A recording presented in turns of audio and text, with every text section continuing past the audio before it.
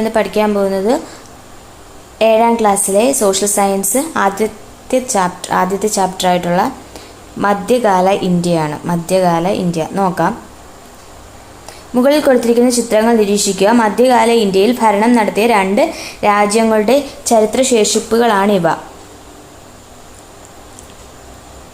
സ്വാതന്ത്ര്യദിനത്തിൽ നമ്മുടെ പ്രധാനമന്ത്രി ഇവിടെ ദേശീയ പതാക ഉയർത്തുന്നത് നിങ്ങൾ കണ്ടിരിക്കും.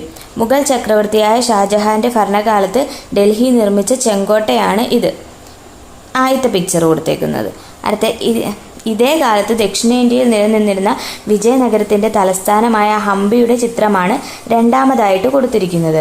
ഈ 2 രാജ്യങ്ങളെക്കുറിച്ചാണ് ഈ അധ്യായത്തിൽ നമ്മൾ ചർച്ച ചെയ്യുന്നത്. ആദ്യത്തെയാണ് മുഗൾ ഭരണം. 1526 മുഗൾ ഭരണം സ്ഥാപിച്ചത് ബാബറാണ്. 1857 വരെ ഡൽഹി കേന്ദ്രമായി ഇന്ത്യ ഭരിച്ച മുഗൾ ഭരണകാലത്തെ പ്രധാന ഭരണാധികാരികൾ ആരൊക്കെയാണെന്ന് നമുക്ക് നോക്കാം. അപ്പോൾ 1526 മുഗൾ ഭരണം സ്ഥാപിച്ചത്. അത് ആരാണ് സ്ഥാപിച്ചത്? ബാബറാണ് സ്ഥാപിച്ചത്.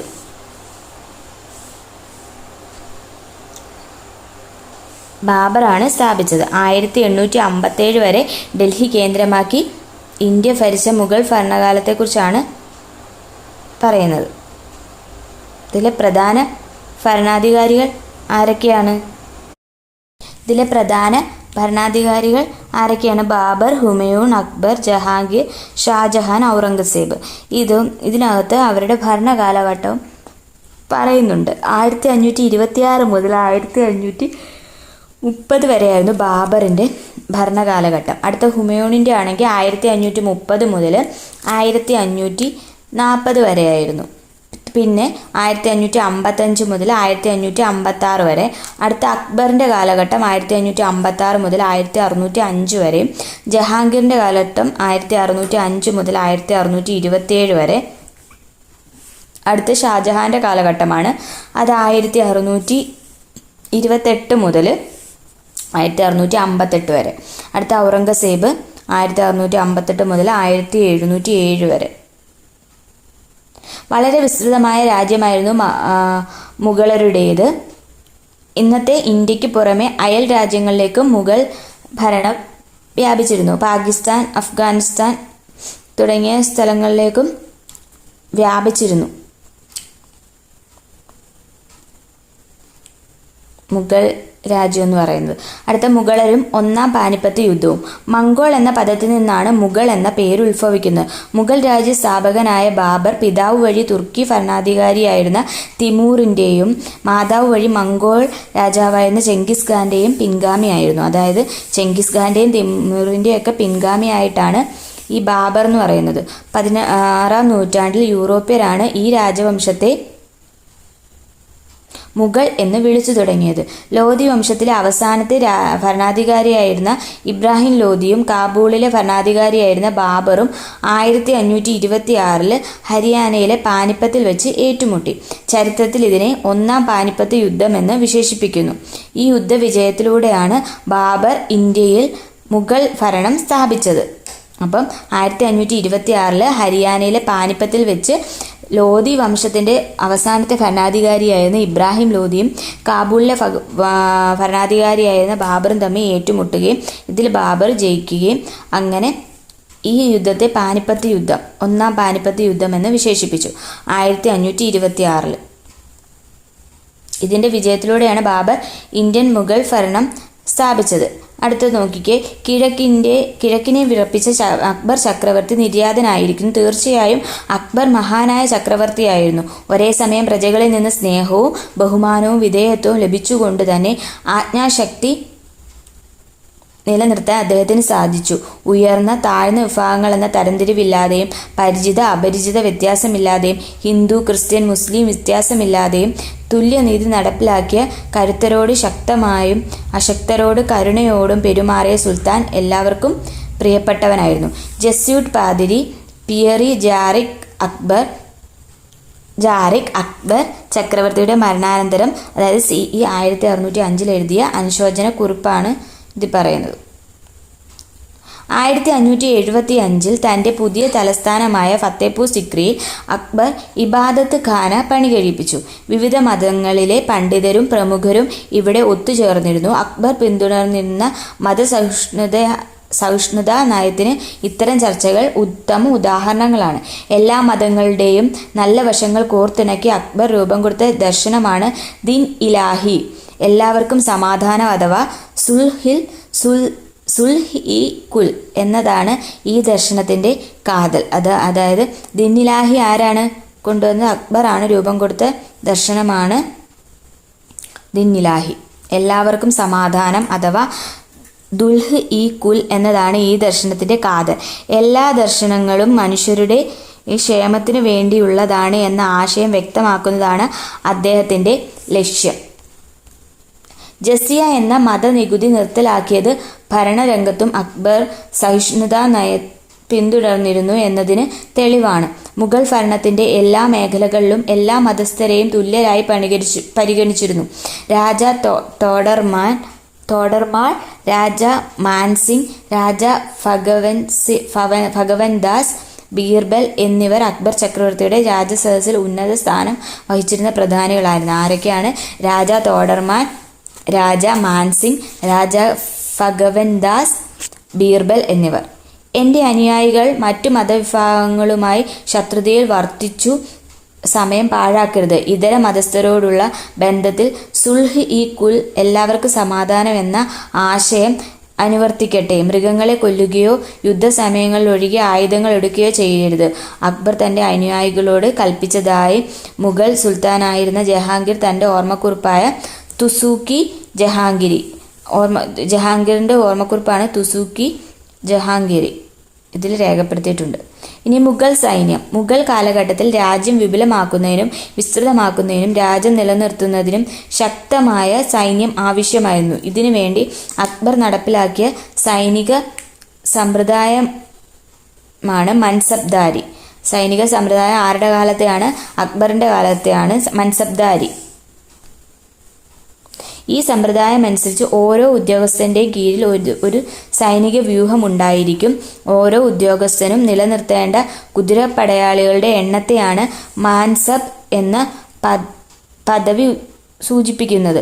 നിലനിർത്തേണ്ട സൈനികരുടെ എണ്ണത്തിന് അനുസരിച്ചായിരുന്നു മൻസബ്ദാരിയുടെ പദവി നിശ്ചയിച്ചിരുന്നത്. സർക്കാർ ഖജനാവിൽ നിന്ന് നേരിട്ട് പണം നൽകി സൈന്യത്തെ നിലനിർത്തുന്നതിന് പകരമാണ് ഈ സമ്പ്രദായം നടപ്പിലാക്കിയത്. മാൻസബ്ദാർമാർക്ക്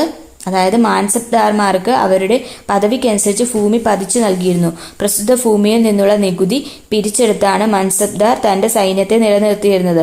ഭരണം ശക്തമായി മുന്നോട്ട് കൊണ്ടുപോകാൻ പ്രമുഖരുടെയും സൈനികരുടെയും പിന്തുണ ആവശ്യമായിരുന്നു. ഈ ലക്ഷ്യം കൈവരിക്കുന്നതിനായിരുന്നു മൻസബ്ദാരി സമ്പ്രദായം നടപ്പിലാക്കിയത്. അടുത്ത മുഗൾ ഭരണരീതി എങ്ങനെയായിരുന്നു? മുഗൾ കാലഘട്ടത്തിൽ ഭരണ സൗകര്യത്തിനായി സ്വീകരിച്ചിരുന്ന ക്രമീകരണം എന്തായിരുന്നു? സുബ, സർക്കാർ, പർഗാന, ഗ്രാമം. മുഗൾ രാജ്യം എങ്ങനെയായിരുന്നു? മുഗൾ ഭരണത്തിൽ അക്ബറിൻ്റെ കാലത്താണ് ഇത്തരത്തിലൊരു ഭരണക്രമം അഥവാ ഘടന ഫലപ്രദമായി രൂപപ്പെടുത്തിയിരുന്നത്. എന്തൊക്കെയാണ്? സുബ, സർക്കാർ, പർഗാന, ഗ്രാമം. രാജ്യത്തിൻ്റെ പരമാധികാരിയും സർവ്വസൈന്യാധിപനും നിയമനിർമ്മാതാവും അന്തിമ ന്യായാധിപനും ചക്രവർത്തിയായിരുന്നു. മുഗൾ കാലഘട്ടത്തിൽ നീതിന്യായ നിർവഹണത്തിനായി ഇന്നത്തെ പോലെ പ്രത്യേകതരം കോടതികൾ ഉണ്ടായിരുന്നില്ല. പകരം തദ്ദേശീയരായ മതപണ്ഡിതന്മാരാണ് അഥവാ ഖാസിമാർ തർക്കങ്ങളിൽ അന്വേഷണം നടത്തി തീർപ്പ് കൽപ്പിച്ചിരുന്നത്. ഈ തീരുമാനത്തിൽ അതൃപ്തി ഉള്ളവർക്ക് ചക്രവർത്തിയോട് നേരിട്ട് പരാതി പറയാൻ അവസരമുണ്ടായിരുന്നു. ഭരണകാര്യങ്ങളിൽ രാജാവിന് ഉപദേശം നൽകുന്നതിനായി മന്ത്രിമാരെയും വകുപ്പ് അധ്യക്ഷന്മാരെയും നിയമിച്ചിരുന്നു.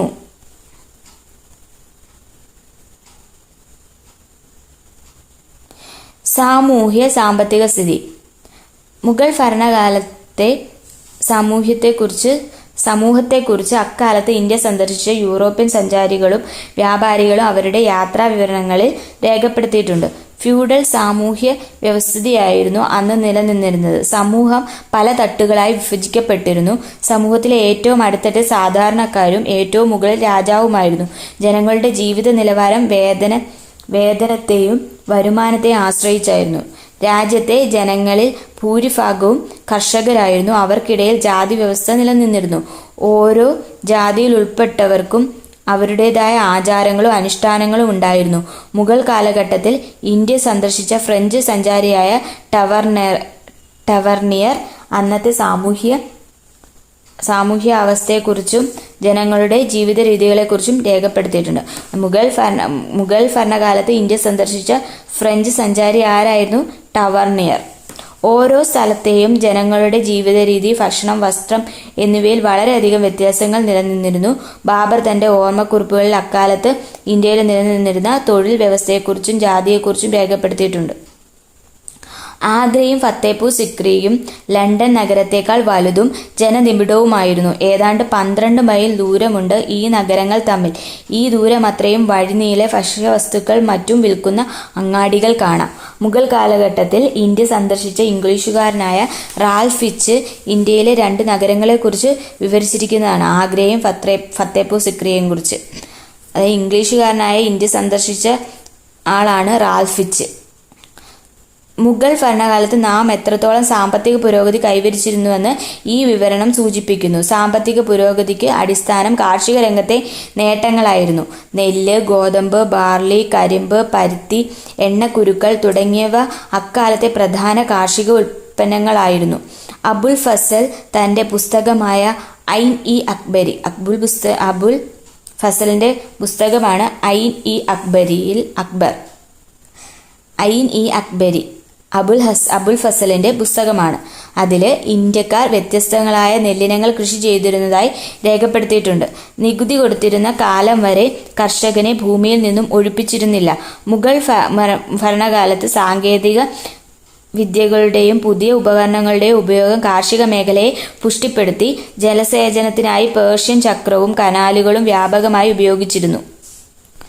അബുൽ ഫസൽ ആരാണ്? മുഗൾ ഭരണകാലത്തെ മുഖ്യ ചരിത്രകാരനായിരുന്നു അബുൽ ഫസൽ. അക്ബറിന്റെ ഉപദേശകനും ജീവചരിത്രകാരനുമായിരുന്നു ഇദ്ദേഹം. ഐൻ ഇ അക്ബരി, അക്ബർ നാമ എന്നീ ഗ്രന്ഥങ്ങൾ എഴുതിയത് കർത്താവാണ് അബുൽ ഫസൽ. ഇതാണ് പേർഷ്യൻ ചക്രം.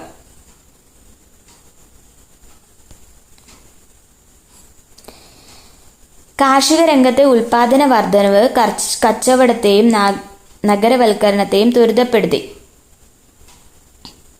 വിദേശ ചരക്കുകളുടെ പ്രവേശന കവാടമായിരുന്നു ഗുജറാത്ത്. അപ്പോൾ ഗുജറാത്ത് എന്ന് പറയുന്നത് ചരക്കുകൾ നീക്കം ചെയ്യുന്ന ഒരു സ്ഥലമായിരുന്നു. വിദേശ ചരക്കുകളുടെ പ്രവേശന കവാടം എന്നറിയപ്പെട്ടിരുന്നത് ഗുജറാത്ത് ആയിരുന്നു. തുണിത്തരങ്ങൾ, മസ്ലിൻ പട്ട്, പഞ്ചസാര, അരി തുടങ്ങിയവയായിരുന്നു പ്രധാന കയറ്റുമതി. എന്തൊക്കെയായിരുന്നു? തുണിത്തരങ്ങൾ, മസ്ലിൻ പട്ട്, പഞ്ചസാര, അരി തുടങ്ങിയവയായിരുന്നു. ജലഗതാഗതം കാര്യമായ പുരോഗതി കൈവരിച്ചു.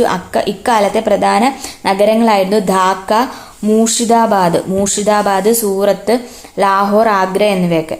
അപ്പോൾ പ്രധാന നഗരങ്ങൾ ഏതൊക്കെയായിരുന്നു?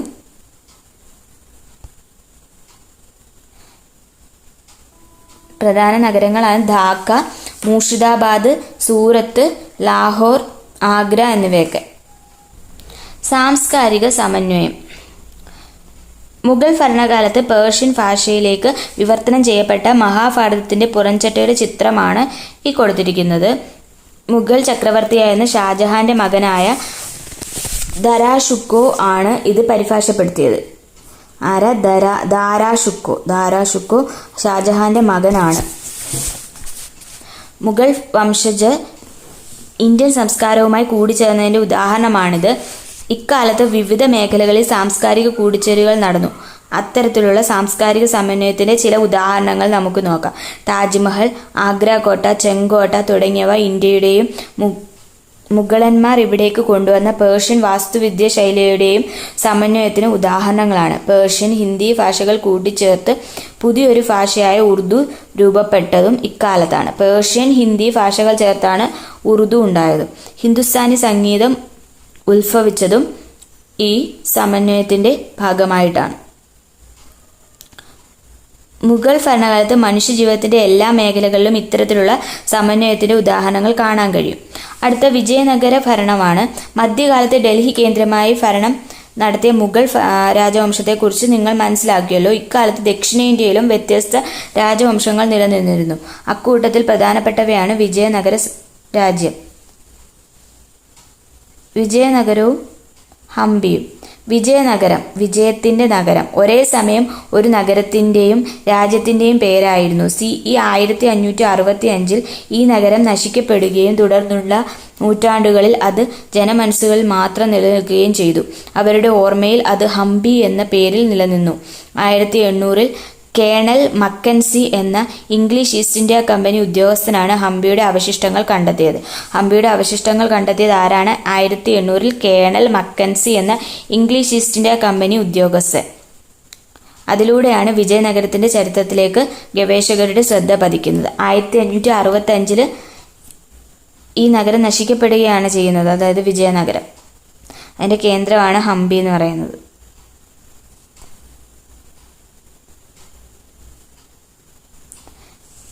വിജയനഗരം നിന്നിരുന്ന സ്ഥലങ്ങളാണ്.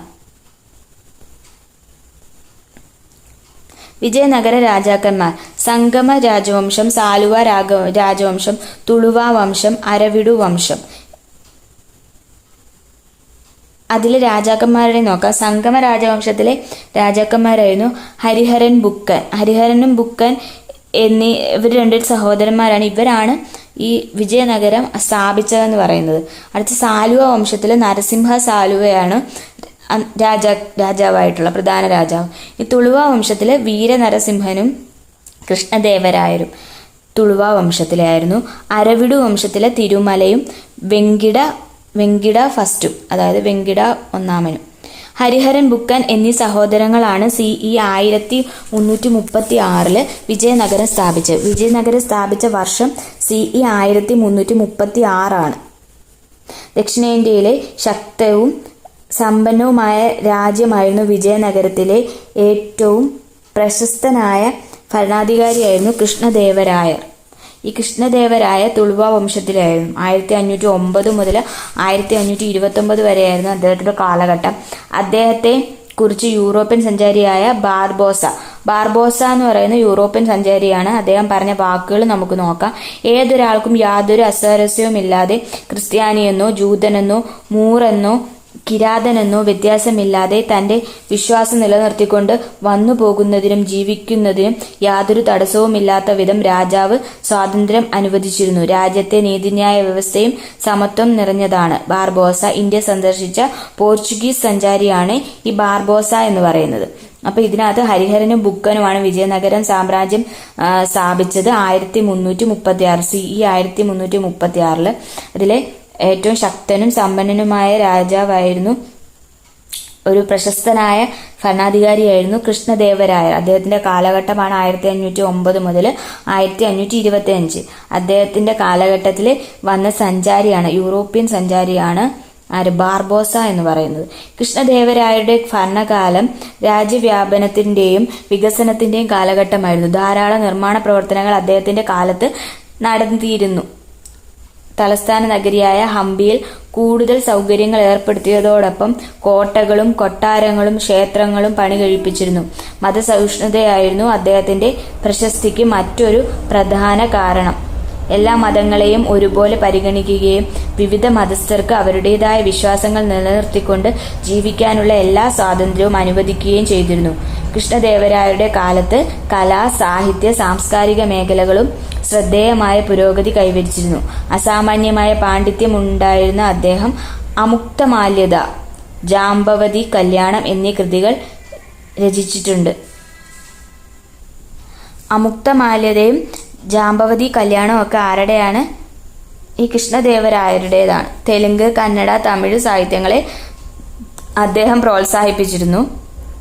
അഷ്ടദിഗ്ഗജങ്ങൾ എന്ന് അറിയപ്പെട്ടിരുന്ന പണ്ഡിതർ കൃഷ്ണദേവരായരുടെ സദസ്സിനെ അലങ്കരിച്ചിരുന്നു.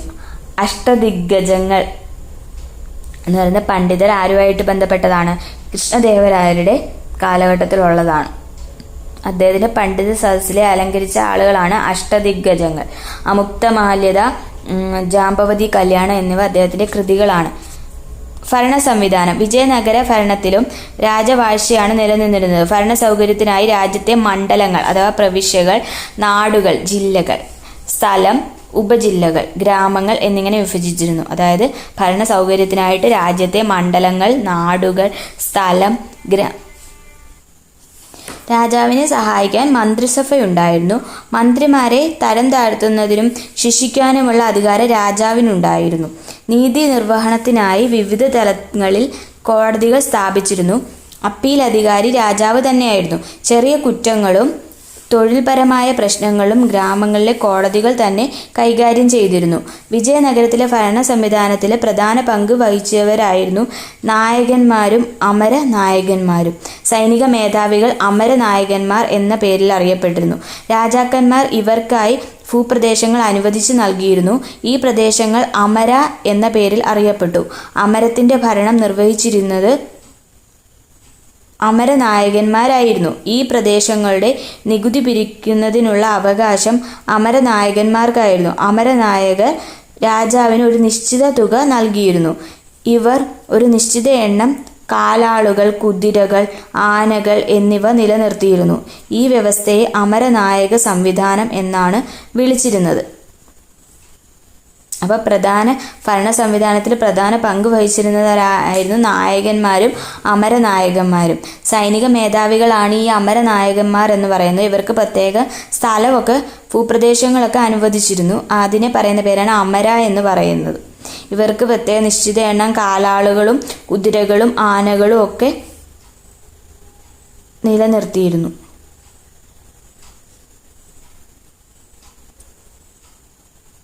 അടുത്ത് സാമൂഹ്യ സാമ്പത്തിക സ്ഥിതി. വിവിധ ജാതി മത വിഭാഗങ്ങൾ ഉൾപ്പെട്ടതായിരുന്നു വിജയനഗര സമൂഹം. ബ്രാഹ്മണർക്കായിരുന്നു സമൂഹത്തിലെ മേധാവിത്വം ഉണ്ടായിരുന്നത്. ക്ഷേത്രങ്ങൾക്ക് അനുവദിച്ചിരുന്ന ഭൂമിയിൽ നിന്നുള്ള വരുമാനം ഇവർക്ക് അവകാശപ്പെട്ടതായിരുന്നു. ക്ഷേത്രങ്ങളിലെ പൂജാതി കർമ്മങ്ങൾ, മതപരമായ ചടങ്ങുകൾ തുടങ്ങിയവയ്ക്ക് നേതൃത്വം നൽകിയിരുന്നത് ബ്രാഹ്മണരായിരുന്നു. സമൂഹത്തിലെ മറ്റു വിഭാഗങ്ങൾ കൃഷി, കച്ചവടം, കൈത്തൊഴിലുകൾ തുടങ്ങിയ മേഖലകളിലാണ് മുഖ്യമായും ഏർപ്പെട്ടിരുന്നത്. രാജകൊട്ടാരത്തിൽ രാജകീയ കണക്കുകൾ തയ്യാറാക്കാനും പൂന്തോട്ടം അലങ്കരിക്കാനും രാജാക്കന്മാർ സ്ത്രീകളുടെ സേവനം ഉപയോഗപ്പെടുത്തിയിരുന്നു. സമ്പന്നരുടെ ഇടയിൽ ബഹുഭാര്യത്വം നിലനിന്നിരുന്നു. ശൈശവവിവാഹം, സതീ സമ്പ്രദായം എന്നിവയും സമൂഹത്തിൽ കാണപ്പെട്ടു. ശൈശവവിവാഹവും സതീ സമ്പ്രദായവും ഒക്കെ സമൂഹത്തിലുണ്ടായിരുന്നു. മുന്നോട്ട് പോകുമ്പോൾ നിങ്ങളുടെ മുമ്പിൽ വിശാലവും മനോഹരവുമായ ഒരു തെരുവുണ്ട്.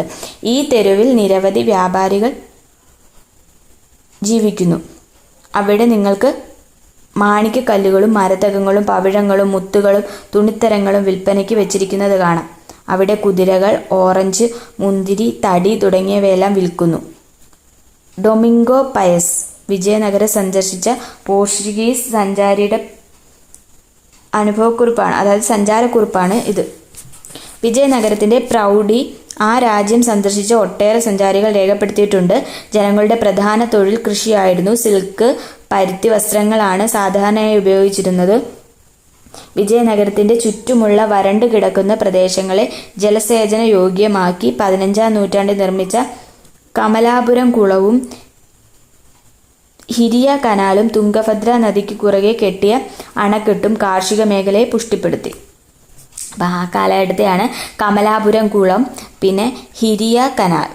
തുംഗഭദ്ര നദിക്ക് കുറുകെയായിരുന്നു ഒരു അണക്കെട്ട്, അതും കാർഷിക മേഖലയെ പുഷ്ടിപ്പെടുത്തി. ഭൂമി സർവേ ചെയ്ത് ഗുണനിലവാരം അനുസരിച്ച് നികുതി നിശ്ചയിച്ചിരുന്നു. ഭൂനികുതിക്ക് പുറമെ തൊഴിൽ നികുതി, വീട്ടുനികുതി, വിവിധ തരത്തിലുള്ള ലൈസൻസ് ഫീസുകൾ, കോടതി ശിക്ഷ അനുസരിച്ചുള്ള പിഴകൾ എന്നിവയായിരുന്നു ഗവൺമെന്റിന്റെ പ്രധാന വരുമാനങ്ങൾ. വിജയനഗരം ഒരു വലിയ വ്യാപാര കേന്ദ്രമായി വികാസം വ്യാപിച്ചു. ഇന്ത്യയുടെയും ലോകത്തിന്റെയും വിവിധ ഭാഗങ്ങളിൽ നിന്നും വ്യാപാരികൾ പേരുകേട്ട വിജയനഗരത്തിൽ എത്തിച്ചേർന്നിരുന്നു. ഭരണാധികാരികൾ വിദേശ വ്യാപാരത്തിന് വളരെയേറെ പ്രോത്സാഹനം നൽകി. പോർച്ചുഗീസുകാർക്കും അറബികൾക്കുമായിരുന്നു വിദേശ വ്യാപാരത്തിന്റെ കുത്തക ഉണ്ടായിരുന്നത്. ചൈന, ശ്രീലങ്ക എന്നീ രാജ്യങ്ങളുമായും വ്യാപാരം നടത്തിയിരുന്നു. അറേബ്യ, മധ്യേഷ്യ എന്നിവിടങ്ങളിൽ നിന്നും കൊണ്ടുവന്നിരുന്ന കുതിരകളുടെ കച്ചവടം പ്രധാനമായും നടത്തിയിരുന്നത് അറബികളായിരുന്നു. കുതിരകൾ കച്ചവടത്തിലെ ഒരു പ്രധാന ഇനമായിരുന്നു. കുതിര കച്ചവടത്തിൽ ഏർപ്പെട്ടിരുന്ന പ്രാദേശിക കച്ചവടക്കാർ കുതിരച്ചെട്ടികൾ എന്നറിയപ്പെട്ടു. കാലക്രമേണ അറബികളെ പിന്തള്ളി പോർച്ചുഗീസുകാർ ഈ കച്ചവടത്തിൽ നിയന്ത്രണം ഏറ്റെടുത്തു. വ്യാപാരത്തിൽ നിന്നുള്ള വരുമാനം രാഷ്ട്രത്തിന്റെ സമ്പദ് വ്യവസ്ഥയെ ശക്തിപ്പെടുത്തി. നഗരത്തിൽ നിന്നും ലഭിച്ച ചൈനീസ് മൺപാത്രങ്ങൾ ചൈനയുമായുള്ള കച്ചവട ബന്ധത്തെ സൂചിപ്പിക്കുന്നു. അടുത്ത സാംസ്കാരിക. ഹസാര രാമക്ഷേത്രം. ഹംപിയിലെ ഹസാര രാമക്ഷേത്രത്തിന്റെ പിക്ചറാണ് ഇത്. വിത്തലസ്വാമി ക്ഷേത്രം, ഹംപി. വിജയനഗര കാലഘട്ടത്തിൽ സാംസ്കാരിക രംഗത്തും വലിയ പുരോഗതി കൈവരിച്ചു. വേദങ്ങളുടെയും ശാസ്ത്രങ്ങളുടെയും പഠനത്തിനു വേണ്ടി നിരവധി പാഠശാലകൾ സ്ഥാപിച്ചിരുന്നു. കല, വാസ്തുവിദ്യ, ശില്പവിദ്യ, സാഹിത്യം, സംഗീതം തുടങ്ങിയ മേഖലകളിൽ വിജയനഗര കാലത്ത് അഭൂതപൂർവമായ വളർച്ചയുണ്ടായി. കൃഷ്ണദേവരായരെ പോലുള്ള രാജാക്കന്മാർ കലയുടെയും സാഹിത്യത്തിൻ്റെയും സംരക്ഷകരായിരുന്നു. ദ്രാവിഡ ശില്പരീതിയാണ് അന്ന് കൂടുതലായും പ്രാബല്യത്തിലുണ്ടായിരുന്നത്. ഗോപുരങ്ങൾ എന്നറിയപ്പെടുന്ന ഭീമാകാരമായ ക്ഷേത്ര കവാടങ്ങളാണ് വിജയനഗര ശില്പകലയുടെ മറ്റൊരു പ്രധാന സവിശേഷത. വിരൂപാക്ഷ ക്ഷേത്രം, ഹംപി. ലോട്ടസ് മഹൽ, ഹംപി. സാഹിത്യരംഗത്തും അക്കാലത്ത് വളരെയധികം പുരോഗതി കൈവരിച്ചിരുന്നു. തെലുങ്ക് സാഹിത്യമാണ് ഏറ്റവും കൂടുതൽ വികാസം പ്രാപിച്ചത്. കൂടാതെ നിരവധി സംസ്കൃത കൃതികൾ വിവിധ പ്രാദേശിക ഭാഷയിലേക്ക് വിവർത്തനം ചെയ്യപ്പെടുകയും ചെയ്തത് ഈ കാലഘട്ടത്തിലാണ്. ഇത്രയാണ് ഈ ചാപ്റ്റർ പറയുന്നത്. ഇതിനകത്ത് മുഗളന്മാരെ കുറിച്ചിട്ടും വിജയനഗര സാമ്രാജ്യത്തെക്കുറിച്ചിട്ടുമാണ് പ്രധാനമായിട്ട് പറയുന്നത്. Thank you.